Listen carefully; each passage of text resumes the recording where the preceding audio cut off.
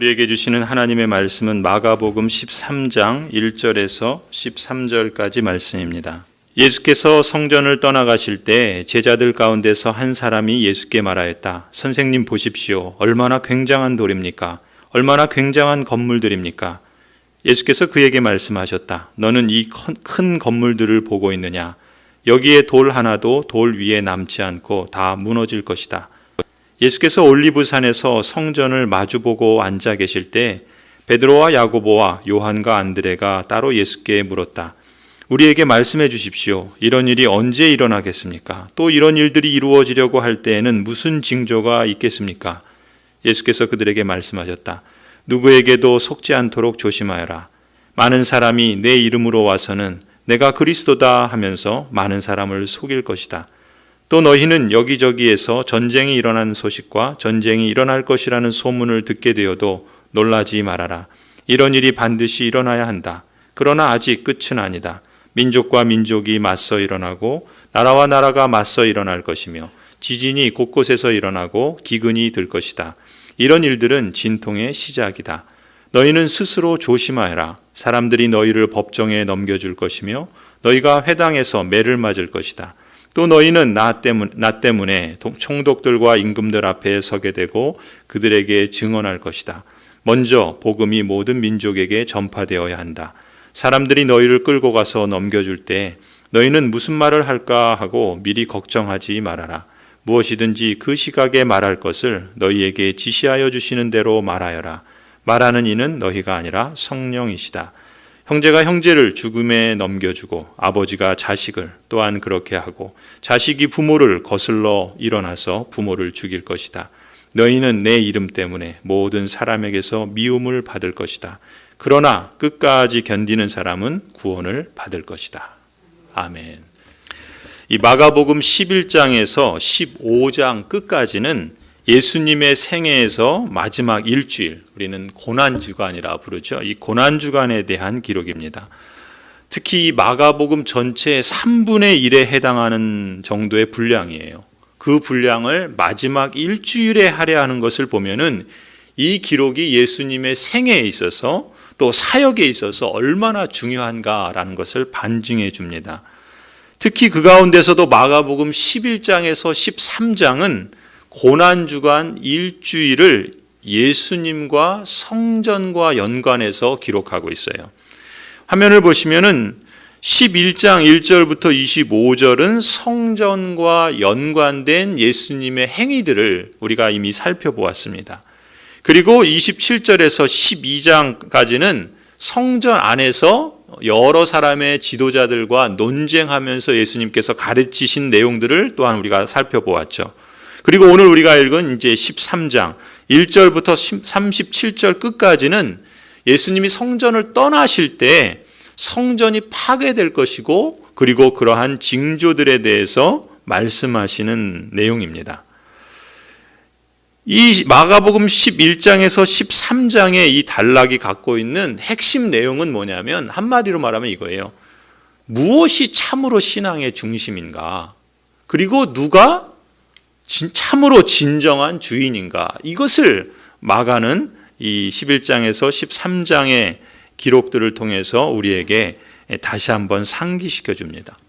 그래서 당시 종교 지도자들, 또 정치 지도자들, 바리새인들, 헤롯 당원들, 또 사두개인들, 또 율법학자들, 예수님께서 성전에서 이들과 벌인 논쟁을 통해서 드러난 모습이 무엇이었습니까? 그들은 겉으로는 또 말로는 또 종교적인 행위로는 적어도 하나님을 주라고 그렇게 고백은 했지만 그 속마음에는 그리고 그 욕망에는 정말 주인으로 삼는 것이 다른 것이었다라는 것이 드러났습니다. 돈이기도 했고 명예이기도 했고 또 권력이기도 했고 또 자신의 경험이나 또 사람들의 인정이나 또 세상에서 자랑거리 등이었다라는 것을 우리가 앞서 보았습니다. 그리고 반면에 이 지도자들과는 정반대의 모습이죠. 우리가 12장을 마무리하면서 예수님께서 주목하신 한 사람, 바로 가난한 과부의 모습이었습니다. 이 가난한 과부를 통해서 예수님은 무엇을 말씀하시는가? 무엇이 참으로 신앙의 중심인가? 누가 참으로 진정한 주인인가라는 이 물음에 대해서 마치 이 질문에 대한 모범 답안을 이 여인을 통해서 제시해 주시는 것처럼 예수님께서는 이 여인이 자신의 삶을 얼마나 하나님께 맡기고 있는가, 또 어느 정도로 헌신하는 신앙을 갖고 있는가, 그것을 보여주면서 예수님은 이 여인을 칭찬하셨죠. 예수님께서는 같은 믿음의 길을 가는 우리들에게도 기대하시는 그 신앙의 중심, 그리고 신앙의 태도가 이것이라 믿습니다. 우리 각 사람이 얼마나 하나님을 경외하고 존중하는지 우리의 그 진심과 그 진실을 예수님께서 보기를 원하시는 것이죠. 또 우리가 얼마나 하나님을 의지하고 진정 신뢰하는가, 그 헌신과 그 중심을 찾으시는 줄 믿습니다. 그런데 여러분, 이어지는 이제 오늘 본문 13장의 내용을 보시면 안타깝게도 그런 점에서 제자들은요, 아직 이 정도의 신앙적인 안목과 그 중심을 갖지 못한 것으로 보입니다. 13장 1절을 한번 보세요. 한 제자가 예수님께 이렇게 말하죠. 예수께서 성전을 떠나가실 때 제자들 가운데서 한 사람이 예수께 말하였다. 선생님, 보십시오. 얼마나 굉장한 돌입니까? 얼마나 굉장한 건물들입니까? 성전을 보고서 당시의 예루살렘 성전, 그리고 헤롯 대왕이 재건축한 그 예루살렘 성전을 보면서 이렇게 감탄과 또 탄성을 지르면서 이 말을 한 거예요. 그런데 이 제자의 말을 가만히 보시면요, 앞서 예수님이 논쟁했던 세 부류의 지도자들만이 아니라 사실 제자들 역시도 같은 욕망을 갖고 있었던 것을 볼 수 있는 거예요. 높은 자리에 앉기를 원했었죠. 많은 돈을 벌기를 원했고 굉장한 건물을 소유하기를 원한 거예요. 여전히 겉으로 자랑할 만한 것들에 대한 욕망에서 제자들도 탈피하지 못한 모습을 보여주는 것입니다. 여러분, 당시에 이 성전은 헤롯 성전이라고도 불렀어요. 왜냐하면 유대를 통치하던 헤롯 대왕이 유대인이 아니었거든요. 그런데 유대인들의 환심을 사기 위해서 기존의 그 성전을 다시 재건했습니다. 주전 20년에 그 공사를 시작했는데 주후 64년 정도까지 자그마치 80년이 넘는 대공사를 진행했던 것입니다. 가령 성전 돌 하나가 11m 정도 된대요. 어마어마하게, 11m면 얼마나 큽니까? 그죠? 11m 되고 또 그 너비가 5.4m나 돼요. 그러니까 11m 되고 5.4m 되는 그런 돌, 높이가 3.6m나 된대요. 그러니까 돌 하나가 한 400여 톤이 넘는 그런 굉장한 돌을 쌓고 쌓아서 성전을 재건한 것입니다. 그러니 사람들이 볼 때, 제자들이 볼 때 그 성전의 그 위용과 그 장엄함에 놀라지 않을 수 없었던 것이죠. 거기에다가 광택이 찬란한 풍부한 금으로 또 장식을 해서 성전을 지었습니다. 전체 규모가요, 당시 예루살렘 도시 전체의 6분의 1을 차지할 정도로 굉장한 건물이었다 그래요. 어마어마한 거죠. 그래서 지금도 고대 세계의 놀라운 건축물로 간주될 정도로 이 헤롯 성전을 그렇게 평가하고 있습니다. 그래서요, 사실 유대인의 지도자인 랍비들은 이 헤롯 대왕에 대해서 비판하는 목소리를 많이 냈습니다. 그럼에도 불구하고 이렇게 말했다고 그래요. 랍비들이 사람이 아름다운 것을 보았다고 해도 그가 만약 예루살렘 성전을 보지 못하였다면 그는 정녕 아름다운 것을 보았다고 할 수가 없다. 그럴 정도였다는 것이에요. 그런데요, 정작 예수님께서는 지금 제자가 뭐라 그럽니까? 이 굉장한 돌과 이 굉장한 건물을 보십시오라고 말했을 때 2절에 예수님께서 뭐라 그럽니까? 예수님은 충격적인 말씀을 하십니다. 너는 이 큰 건물들을 보고 있느냐? 하지만 나는 이 성전의 돌 하나도 돌 위에 남지 않고 다 무너질 것을 본다. 이렇게 말씀하신 거예요. 예수님의 대답은 엄청나게 큰 이 건물이 완전히 파괴될 것이라는 놀라운 예언을 말씀하신 겁니다. 돌 하나도 돌 위에 남지 않고 다 무너질 것이다. 예수님께서 이 돌이라는 표현, 그 돌 하나가 어마어마하잖아요.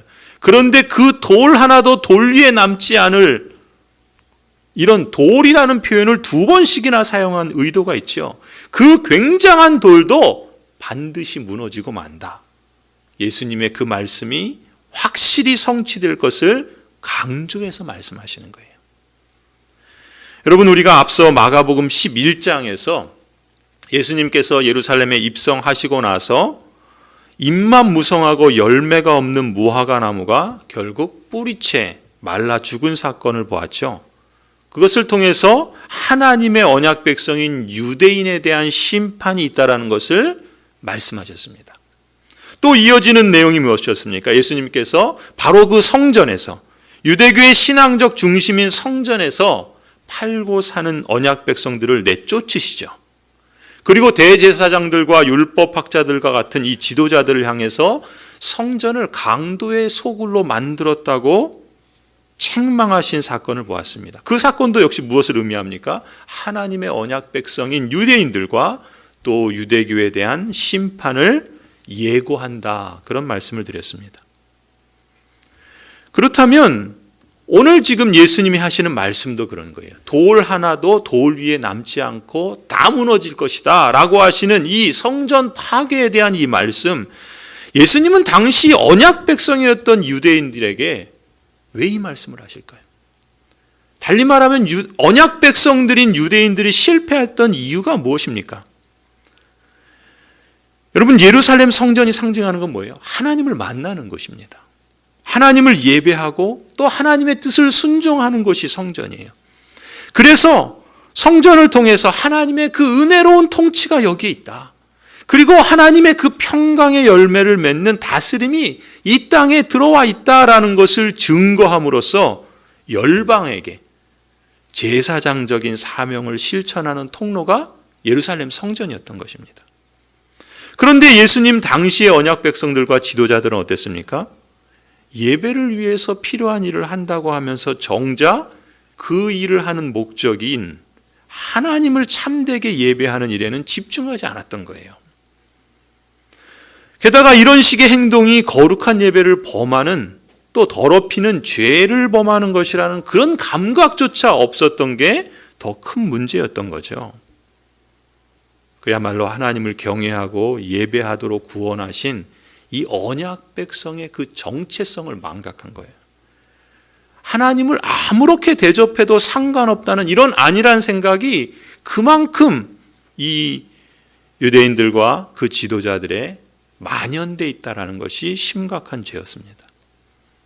그뿐이 아니죠. 하나님께서는 당시의 언약 백성들이 임재하신 성전답게 하나님이 기뻐하시는 가치, 그게 뭡니까? 약자도 함께 살리고 강자는 자신의 것을 기꺼이 나누어 줄 아는 그런 공동체가 되기를 원하셨잖아요. 하지만 그들은 크고자 하는 욕망을 추구했습니다. 그들의 탐욕 때문에 정작 하나님이 기뻐하시는 공평과 공의를 위해서 돈을 쓸 줄을 몰랐습니다. 세상의 풍조대로 큰 자가 되려고만 했지 높은 자리에 오르고 앉는 거에만 몰두한 것입니다. 은혜의 하나님께서 임재하셔서 평강으로 하나님의 다스림을 받는 사람들이라는 증거로서 그들이 감당해야 할 제사장적 사명을 망각한 겁니다. 그러니 돈을 선을 행하는 도구로 삼고 소유한 돈이나 재능이나 힘을 잘 사용해서 여러 사람들에게 나누어 주는 유익한 나눔을 즐겨하는 그런 따뜻한 공동체가 되고자 하는 마음을 모든 사람들이 함께 모으기보다는 헛된 자랑과 왜곡된 전통에 사로잡혀서 정작 하나님이 기뻐하시는 정통 신앙과 순종을 잃어버렸던 것이죠. 예수님께서 이 점을 책망하시는 겁니다. 성전이 파괴되어야 할 이유를 이렇게 계속해서 말씀해 오셨던 것이죠. 언약 백성으로서의 그들의 지위, 제사장적 사명, 그것을 이제 그들에게서 거두시는 겁니다. 그리고 그들을 성전에서 내쫓으십니다. 그리고 성전을 파괴하심으로 심판하시겠다 말씀하시는 것에 이르게 된 것입니다. 성도 여러분, 예수님 당시에 하나님의 언약 백성이었던 이 유대인들의 실패, 이 실패는 오늘 우리에게 하나님의 동일한 언약 백성으로서 우리는 마땅히 타산지석으로 삼아야 할 줄로 믿습니다. 예수님의 이 예언의 말씀은 언약 백성의 정체성과 사명을 망각한 유대인에 대한 하나님의 심판의 결과였던 것입니다. 그런데 놀라운 사실은 무엇입니까? 이 예수님의 예언의 말씀이 말씀 그대로 불과 한 세대 안에 그대로 성취되었다는 사실이죠. 주후 70년 로마 제국의 티투스는 이 헤롯 성전, 이 예루살렘 성전을 다 불태워 버립니다. 예루살렘 전 도시를 파괴합니다. 물론 당시 제자들은 자신들의 역사가 앞으로 이렇게 진행될 것인지를 제대로 알지 못했죠. 그저 예수님의 말씀이 굉장히 당혹스럽고 충격적인 말씀으로만 들렸을 것입니다. 그런 점에서 오늘 본문도 3절에 보시면 예수님의 그 말씀을 듣고 당혹스러운 감을 느끼지 못하고 제자들 가운데 몇 사람이 다시 예수님께 자세히 묻죠. 3절 4절이에요. 예수께서 올리브산에서 성전을 마주보고 앉아 계실 때 베드로와 야고보와 요한과 안드레가 따로 예수께 물었다. 우리에게 말씀해 주십시오. 이런 일이 언제 일어나겠습니까? 또 이런 일들이 이루어지려고 할 때에는 무슨 징조가 있겠습니까? 제자들의 질문을 자세히 보시면 제자들은 두 가지를 질문한 것이죠. 첫째는 뭡니까? 이런 일이 언제 일어나겠습니까? 라는 질문이고요. 두 번째 질문은 이런 일들이 이루어지려고 할 때 무슨 징조가 있겠습니까? 라는 질문이었습니다. 그런데요, 그 당시의 유대인들과 제자들은요, 이 성전 파괴라고 하는 이런 일은 세상 역사가 끝날 때 있을 것이라고 알고 있었고 그렇게 믿고 있었어요. 이처럼 성전 파괴는 세상 역사의 끝에 일어날 말하자면 종말적 사건이라는 거죠. 그런데 지금 예수님께서 그 성전 파괴가 일어날 것이다 라고 말씀하시는 거예요.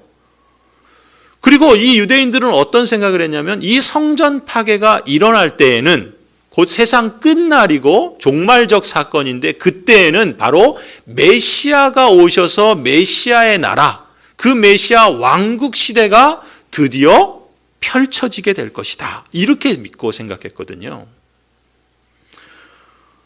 물론 우리가 이 당시에 비하면 2000년이라는 역사 뒤에 태어났습니다. 그런 점에서 우리들은 이미 예루살렘 성전이 파괴됐다라는 것과, 그죠?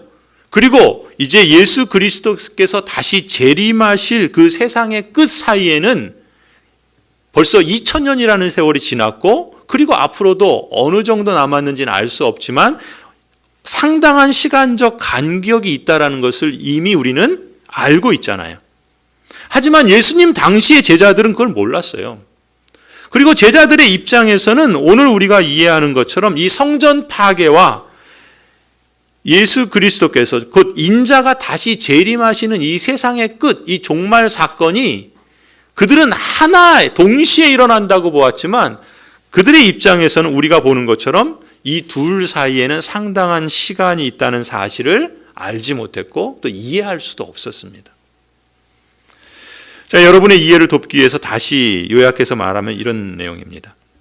제자들은요, 성전 파괴가 일어날 때, 예수님이 지금 말씀하셨잖아요. 성전 파괴가 될 것이다.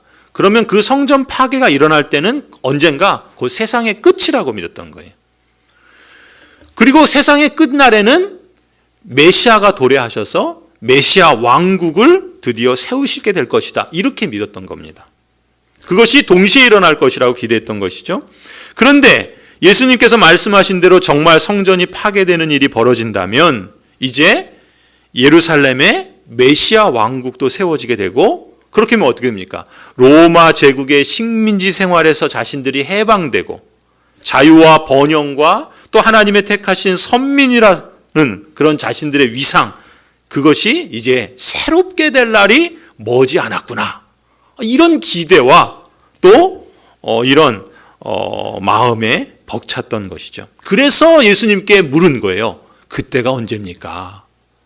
그리고 그 일이 이루어질 때 무슨 징조가 있습니까? 이렇게 물었던 것입니다. 그걸 알고 싶었던 것이죠. 이러한 제자들의 두 가지 질문, 즉 성전 파괴의 때와 그 징조에 대한 물음에 대해서 예수님께서 대답해 주세요.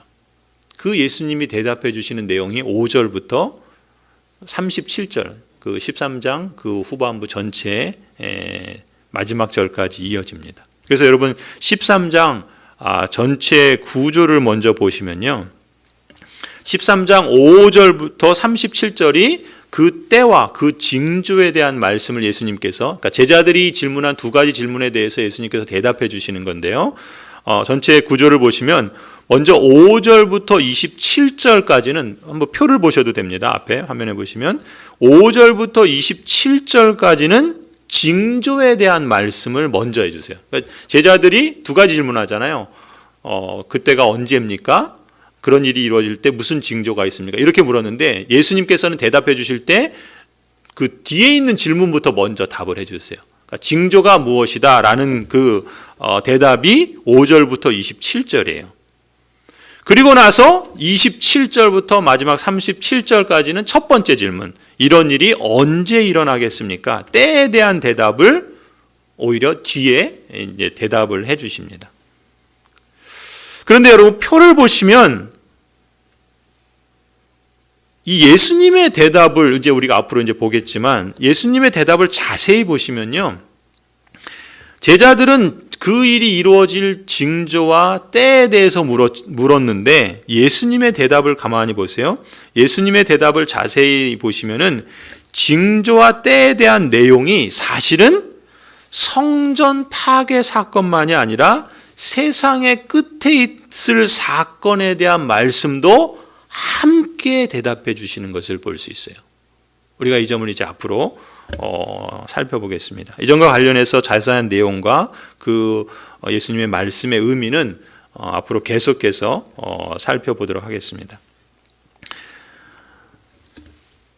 성도 여러분, 사실 종말의 때는요 이미 시작되었습니다. 예수님의 성육신을 통해서 이 땅에 이미 하나님의 나라가 임했습니다. 그러나 세상 역사의 끝과 마지막 심판의 때는 아직 오지 않았죠. 예수 그리스도께서 재림하실 때 비로소 임하게 될 것입니다. 예수님이 이 땅에 오시고 승천하신 후 이미 2000여 년의 시간이 흘렀습니다. 말하자면 예수님의 초림과 예수님의 재림 사이에 상당한 시간적 간격이 있다는 것을 우리는 이미 알고 있어요. 그래서 이 시기를 중간 시기라고 불러요. 예수님이 이미 오셨고 초림, 그리고 앞으로 재림하실 이 사이의 기간, 이것을 중간 시기라 부릅니다. 그러니까 이 중간 시기를 우리는 살아가고 있는 거예요. 우리만이 아니라 우리 앞선 믿음의 선배들도 그렇고 우리 후대 사람들도 예수님이 오실 그때까지 그 모든 성도들은 바로 이 중간 시기를 살아가고 있는 것입니다.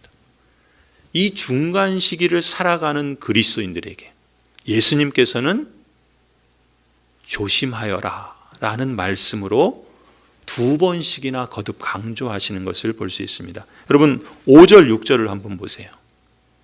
예수께서 그들에게 말씀하셨다. 누구에게도 속지 않도록 조심하여라. 많은 사람이 내 이름으로 와서는 내가 그리스도다 하면서 많은 사람을 속일 것이다. 예수님께서 이 중간 시기를 살아가는 성도들에게 두 가지를 말씀하시는데 두 번에 걸쳐서 조심하여라고 말씀하시는데 첫 번째는 뭐예요? 메시아의 이름으로 내가 그리스도가 메시아죠. 메시아의 이름을 사칭하면서 많은 사람을 속이는 이단과 사이비들 그리고 거짓 교사들을 주의하라, 조심하라, 경고하십니다. 그럼 그들을 주의하고 조심해야 될 내용이 뭘까요? 그건 공통적입니다. 앞서 보였던 지도자들이 추구하는 욕망. 그리고 제자들이 그 눈에 보이는 그 장엄한 성전을 보면서 그들이 품었던 욕망. 그게 뭐예요? 여러분, 사람들이 속는 이유는 뭡니까? 왜 이단과 사이비에, 왜 거짓 선생들의 소가 넘어갑니까? 사람에게는 크고자 하는 욕망이 있거든요. 성공에 대한 바람이 있습니다. 높은 자리에 얹고 싶고 많은 돈을 벌고 싶고 굉장한 건물을 소유하고 싶은 그런 욕망이 있습니다.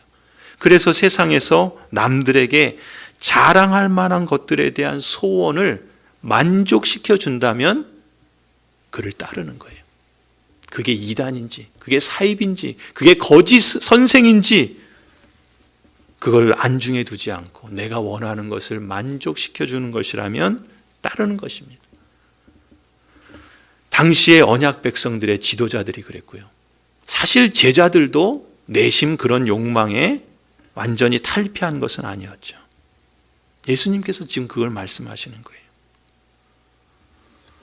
당시 언약 백성들이 실패하고 예수님이 지금 말씀하시는 성전이 파괴되어야 했던 이유가 이런 맥이었던 것입니다. 그런 점에서 성도 여러분, 오늘 우리도 이런 가짜 복음을 조심해야 됩니다. 제가 처음 마가복음을 시작하면서 왜 복음인가? 가짜 복음 때문에 그렇다라는 말씀을 드렸었어요. 이 중간 시기를 사는 그리스도인들이 피해야 할 것이 있다면 그것은 바로 가짜 복음입니다.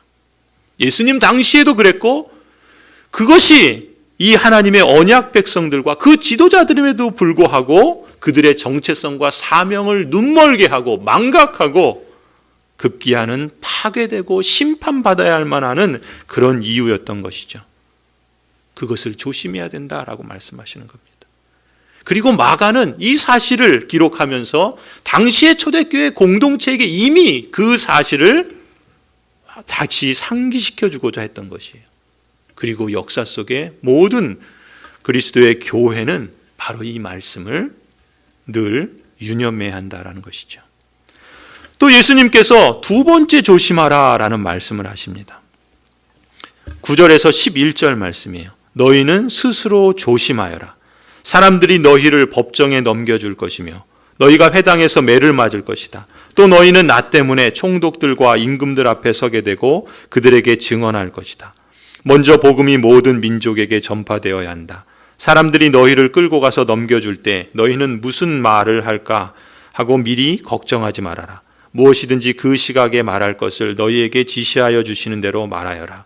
말하는 이는 너희가 아니라 성령이시다. 지금 예수님께서 두 번째 조심하라 하시는 말씀은 뭡니까? 예수님 때문에 또 하나님 나라와 그 복음 때문에 박해를 받거나 배신당하거나 고통을 당하는 일이 있을 것이다라는 거예요. 그런데 그러한 일을 당할 때 이상하게 여기지 말라는 것입니다.